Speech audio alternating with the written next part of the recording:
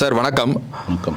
மிகப்பெரிய பொருட்செலவில் கமல்ஹாசன் மாதிரியான ஒரு முன்னணி நடிகரை வச்சு ஒரு 2-3 வருடங்களுக்கு மேலாக எடுக்கப்பட்ட இந்தியன் 2 தற்போது படுதோல்வி அடைந்திருப்பதாக திரைத்துறையைச் சேர்ந்தவர்களும் பொதுமக்களும் சொல்கிறத நம்ம பார்த்துக்கிட்டு வரோம். இந்த தோல்விக்கு மிக முக்கிய காரணமாக நீங்கள் எதை பார்க்குறீங்க? நீங்கள் சொன்ன கேள்வியில் ஒரு மாற்றம். 2-3 வருடங்களில் 7 வருடமாக எடுக்கப்பட்ட படம். அது சம்சார மின்சார படத்தில் ஒரு விசு டைலாக் தான் ஞாபகம் வருது. இந்த படம் எடுக்கிறாங்க, எடுத்துட்டாங்க, இன்னும் எடுப்பாங்கன்னா எதை பொறுக்கி விடுவோம்னா இந்தியன் 3 வர அதெல்லாம் பார்க்க உங்கள் மனத்தை நீங்கள் தயார் பண்ணிக்கணும் அப்படின்றது தான் அதோட இது. ஒரு படம் வெற்றி அடைஞ்சதுன்னா அந்த படத்துக்கான மிகப்பெரிய ஒரு சக்தியை யார் பார்க்கணும்னா கேப்டன் ஆஃப் த ஷிப்னு சொல்லுகிற அந்த படத்தினுடைய டைரக்டர் தான். அந்த படம் வெற்றி அடைந்தால் அதற்கான முதல் பொறுப்பு டைரக்டர் தான். அந்த படம் தோல்வி அடைந்தாலும் அதற்கான முழு பொறுப்பு டைரக்டர் ஷங்கர் தான். ஷங்கரிடம் சரக்கு தீர்ந்து ரொம்ப நாள் ஆயிடுச்சு. 2.0ன்னு சொல்லுகிற அந்த படத்துக்கு முன்னாடியே தீர்ந்துருச்சு. எந்திரனோட பாதியே முடிஞ்சிருச்சு. ஏன்னா எந்திரன் படம் தான் கடைசியாக சுஜாதாவோட ஒரு இணைந்து ஒர்க் பண்ண ஒரு படம். சுஜாதா அவர்கள் மிகச்சிறந்த ஒரு வசனகர்த்தா மட்டும் கிடையாது. எதிர்காலத்தில் தமிழ் சினிமா எதை நோக்கி நகரும், எதிர்காலத்தில் என்ன மாதிரி அறிவியல் முன்னேற்றம் வரும், கம்ப்யூட்டர் மூலம் நம்ம எப்படிலாம் நம்ம நகருவோம், எதிர்காலத்தில் நம்ம டிஜிட்டல் வேர்ல்டில் என்ன மாதிரி நம்ம இருப்போன்றதை முன்னாடியே கணிக்கக்கூடிய மிகச்சிறந்த ஒரு அறிவு ஜீவி அவர் தான். நம்மளுடைய ஓட்டு போடும் எந்திரத்தை கண்டுபிடித்த மிகப்பெரிய ஒரு பங்காற்றினவர். நிறைய பேருக்கு இங்கே தெரியாது. அவர் ஒரு சயின்டிஸ்ட் மட்டும் இல்லாமல் மிகப்பெரிய எழுத்தாளர். அவர் ரங்கராஜன் தான் அவர் இயற்பெயர். அவங்களுடைய மனைவி பேர் சுஜாதா. அதை வச்சு தான் அவர் எழுதினார். அவரும் சங்கரும் இருந்த கூட்டணியில் எல்லாமே வெற்றி படங்களாக வந்துது.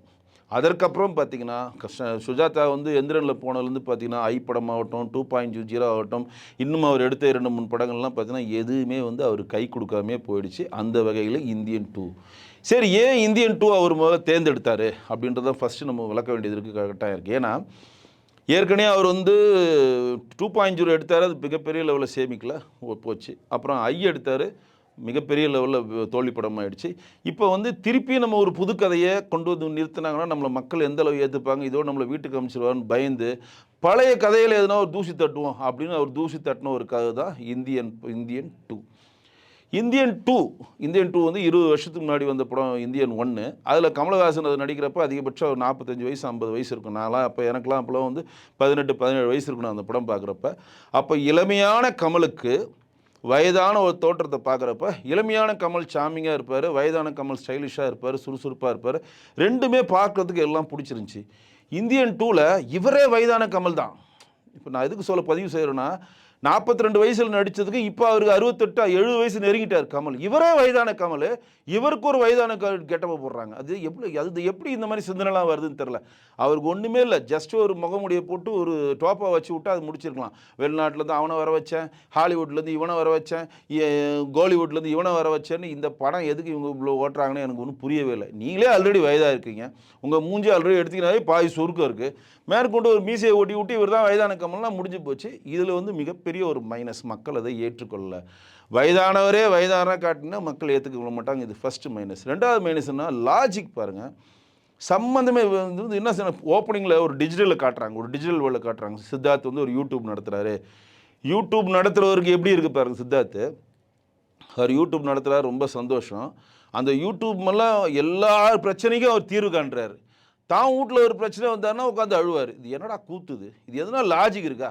இப்போ என் வீட்டில் எங்கள் அப்பா லஞ்சம் வாங்கினாருன்னா ஒன்றே எடுத்து போட்டு உங்கள் அப்பா லஞ்சம் வாங்குறார், இதை தட்டி கேட்க மாட்டிங்களா, நம்ம இளைஞ சமுதாயம் எந்திரிங்க, லஞ்சம் லாவணியில் ஆட்சி அமைப்பு உன்னு கத்துற. உங்கள் அப்பா லஞ்சம் வாங்கினா ஃபங்காய் உட்காந்துக்கிறேன், எங்கள் அப்பா லஞ்சம் வாங்கிட்டா, எங்கள் அம்மா செத்து போட்டாங்க, நான் என்ன பண்ணுறதுன்னு தெரில, நான் மெமரிஸ் பண்ணுறேன்னு. இது எவ்வளோ பெரிய லாஜிக் ஓட்ட பாருங்கள்.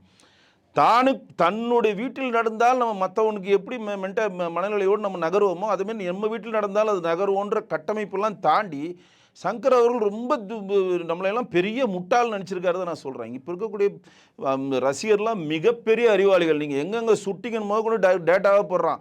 இந்த சீன் இங்கேருந்து சுட்டேன், இந்த பாட்டு இங்கேருந்து சுட்டேன், இந்த வீடியோ இங்கேருந்து சுட்டேன், இந்த இசை இங்கேருந்து சுட்டேன்றது தனியாக ஓடுது.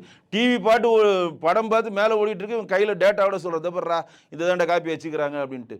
சம்மந்தமே இல்லாத ஸ்கிரிப்ட், சம்மந்தம் இல்லாமல் திரைக்கதை இறங்குறாரு. அவர் பாட்டு தனியாக ட்ராக்ல ஒரு ஊராக டூர் போகிற மாதிரி போய் கொண்டுட்ருக்காரு. எதுக்கு அந்த டூர் போகிறாரு, எதுக்கு சண்டிகரில் போய் கொள்கிறாரு, எதுக்கு டெல்லியில் போய் கொள்கிறாரு, எதுக்கு கர்நாடகா போகிறாரு, எதுக்கு எந்த ஒரு லிங்க் இல்லை.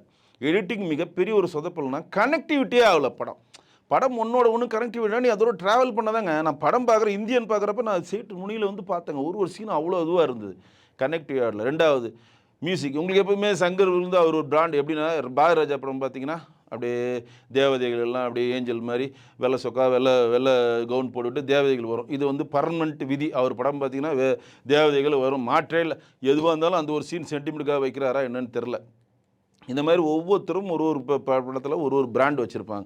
சங்கருக்கு ஒரு பிராண்டு சும்மா இருக்கவன் மேலேயே பெயிண்ட் அடிச்சு விட்றது, அவன் வயிற்றில் ஃபுல்லாக படம் வரைச்சி விட்றது, முதுகில் படம் வரைஞ்சி விட்றது, மண்டையில் படம் வரைச்சி எல்லாரையும் ஒரே மாதிரி யூனிஃபார்ம் நிற்க வச்சு அதில் ஒருத்தர் வந்து பாட விட்றது. இது வந்து அவருடைய பிராண்டு. ஆனால் ப்ரொடியூசர் தான் பாவம் லைக்கா. இது வந்து ஒரு பாட்டு எடுக்குது எவ்வளோ கொட்டி கொடுத்தாங்கன்னு தெரியல. அந்த ஒத்த பாட்டுக்கு எல்லா மண்டையும் மொட்டை அடித்து எல்லா தொப்பையும் எல்லாருக்கும் பனியனை போட்டு மிகப்பெரிய பொருள் செலவில் தாத்தா தான் வராருன்னு சொல்லி ஒரு கானா பாட்டு கேவலமான இதை வந்து பண்ணியிருக்காங்க. அது வந்து யாருமே ரசிக்கலை. ஏன்னா இப்போ இருக்கக்கூடிய ரசிகர்கள் யார், 20 வருடத்துக்கு முன்னாடி இந்த ரசிகர்கள் யாருன்னு சங்கர் எப்படி அறிய தவறிட்டா இருந்தால் நம்ம வருத்தத்தரமாக இங்கே பதிவு பண்ணக்கூடிய ஒரு செய்தி. ஏன்னா 20 வருஷத்துக்கு முன்னாடி மக்களுக்கு சினிமாவை பார்த்தாங்க. எனக்கு டிஜிட்டல்லாம் என்னன்னு தெரியாது, எனக்கு கம்ப்யூட்டர்னா என்னன்னு தெரியாது, எனக்கு வாட்ஸ்அப்னா என்னன்னு தெரியாது, கூகுள்னா என்னன்னு தெரியாது. என்கிட்ட டிஜிட்டல் ஃபோனில் நீ என்ன சொல்கிறியோ நம்புவேன். கோர்ட்டில் இவன் தான் நீதிபதினா அவர் தான் உண்மையாக நீதிபதி போல இருக்குது அப்படின்னு அந்த மாதிரிலாம் நம்பியிருக்கேன். ஒருத்தர் ஃபைட் போட்டு எகிரி அடிச்சோன்னா நம்ம சூப்பராக ஃபைட் போட்டு பெல்ட்டி அடிக்கிறாரியா பின்னால் ரோப் கட்டிருக்கிறது நமக்கு தெரியாது. அந்த மாதிரி சினிமாவை நாங்கள் வந்து ஆணித்தரமாக நம்பிய காலகட்டத்தில் எடுக்கப்பட்ட படத்தை எடுத்துன்னு வந்து 20 வருஷம் கழிச்சு அதே மாதிரி வர்மக்கலை டருண்டாரு அவர் இப்படின்றாரு, அதுக்கு ஒரு தத்துவம் பேசுகிறாரு, அதுக்கு ஒரு கனெக்டிவ் சொல்லி ஒருத்தன் குதிரை ஓட்டுறான். என்ன மாதிரி மக்களை முட்டாள எப்படி மக்கள் நம்புவோம் அதை? இன்றைக்கி நீ ஒரு கொலை பண்ணால் துல்லியமாக அந்த கொலை பண்ணுறதை நான் நம்பணும். ஏன்னா டிஜிட்டல் வேர்ல்டில் நான் அவ்வளோ புத்திசாலியாக இருக்கிறேன். படம் பார்க்குறப்ப நான் 1008 கேள்வி கேட்பேன் அந்த லாஜிக்காக அந்த படத்தில். அப்போ வந்து நம்புற மாதிரி தான் நீ அந்த கதை அம்சம் எடுக்கிறப்ப திடீர்னு போகிறான் எவனோ விண்வெளியில் பறக்கிறது மாசுக்கு போகிறான்னா அப்படியே பறப்பார், இவரும் போய் பறப்பார், போய் போரையே கொண்டு வர வேண்டியது அவன்கிட்ட மிகப்பெரிய ஒரு டைலாகு. என்ன கர்மாந்திரம் தெரில. லாஸ்ட்டு சீன் ஒரு 1/2 மணி நேரம் சாவு அடிக்கிறானுங்க பாருங்கள். இங்கேருந்து ஸ்டார்ட் பண்ணுவார் ஒரு இடத்துல வீட்டில் ஸ்டார்ட் பண்ணிட்டு ஒரு சீன் எடுக்கணும். என்ன சீன் எடுக்கணும்னா அவர் போகிற அந்த 2 வீலர் சம்மந்தமான ஒரு செல்ஃப் 2 வீலர் மாதிரி ஒன்று இருக்கும், பேட்ரி சம்மந்தமான ஒரு வண்டி. அதில் போகிறப்ப அதில் ஒரு ஸ்டெண்டு காட்சியை பதிவு பண்ணுன்றதுக்காக மீனமகம் போயிடுவார். எப்படி பாருங்க, எங்கேயோ சண்டை போட்டுன்னு இருப்பான். அந்த காட்சி அங்கே பதிவு பண்ணாலும் மீனமகம் போகிறார். ஏன்னா அவர் எப்படி ரோப்பில் போயிட்டு அப்படி சுற்றிட்டு வருவார். அந்த வளைவு மீனம்பாக்கத்தில் மட்டும்தான் இருக்குது. அப்படி போயிட்டு உடனே இப்போ மக்கள் அதிகமாக போகிறது மெட்ரோ ட்ரெயினில் பூந்து வரலான்ட்டு அதுவில் போயிட்டு டிரைவரை எழுப்பி பின்னாடி கொண்டு வா. என்ன நடக்குது இங்கே? நாங்களாம் நீங்கள் அவதார் பார்த்துட்டு மிகப்பெரிய அவெஞ்சர் பார்த்துட்டு பெரிய பெரிய படங்கள்லாம் நாங்கள் இங்கே உட்காந்து ஜேம்ஸ் வாட் படங்கள்லாம் பார்த்துட்டு இங்கே நாங்கள் சொல்லிட்டு இருக்கோம், இந்த படத்தை இதை மாற்றலாம் அதை மாற்றிருக்கலாம், அவதாரில் கேம்ஸ் இன்னும் கொஞ்சம் பெட்டராக பண்ணியிருக்கலாமே, இன்னும் அந்த இடத்துல ஒரு மாதிரி லாஜிக்காக சிஜி உட்காரலேன்ற அளவுக்கு நாங்கள் விமர்சனம் பண்ணுறது அளவுக்கு நாங்கள் தயாரான ரசிகர்கள்கிட்ட நீ வடசென்னையில் போயிட்டு மீனம்பாக்கம் வந்துட்டு திருப்பி வடசென்னை போயிட்டு என்ன இது வந்து மிகப்பெரிய லாஜிக்கல் குறை. ஏஆர் ரஹ்மான் அந்த படத்தை தாங்கினாருங்க. அந்த படத்தை பச்சை கிளிகள் தோலோடு பாட்டுக்குயின்னு உண்டு அந்த பாட்டை வந்து தாங்குவார். அந்த பிஜிஎம் வரும். அந்த அதுமாரி சுதந்திரம் வாங்குறப்போ ஒரு பிஜிஎம் வரும். அந்த பிஜிஎம்லாம் இங்கே அனிருத்துன்ற ஒரு பேட்டாரா படிக்கிறவர் எடுத்து இதில் விட்டுட்டு ஒரு தேசியம் சம்மந்தப்பட்ட ஒரு படத்தில் அவரை விட்டா அவர் என்ன பண்ணுவார், அவன் தான் வராரு ஆளை தான் போகிறாரு வேதாளத்தில் பாடுற மாதிரி போகிறவர் தான். அவங்களாம் எப்படி செட் ஆவாங்க இதில்? அந்த படத்தில் கதை இருந்தது, சென்டிமெண்ட் இருந்தது, அம்மா அப்பா பாசம் இருக்கும். சுகன்யா ஒரு அம்மா பாசத்துக்கான பாசத்தை வந்து கமல்கிட்ட கொடுப்பாங்க. ஏன்னா ஒரு படம் ஓடணுன்னா ஜனரஞ்சமாக அதில் காதல் இருக்கணும், ஆக்ஷன் இருக்கணும், சென்டிமெண்ட் இருக்கணும், அக்கா தங்கச்சி பாசம் இருக்கணும், அம்மா அப்பா வரவு இருக்கணும். இப்படி பல விஷயங்கள் தாங்க ஒரு படம் வந்து கரெக்டாக மக்கள் மனதில் போய் உட்காரும். எல்லாத்தோட அந்த படத்தில் மிகப்பெரிய ப்ளஸ் காமெடியாக கவுண்டமணி செஞ்சுருந்தாங்க.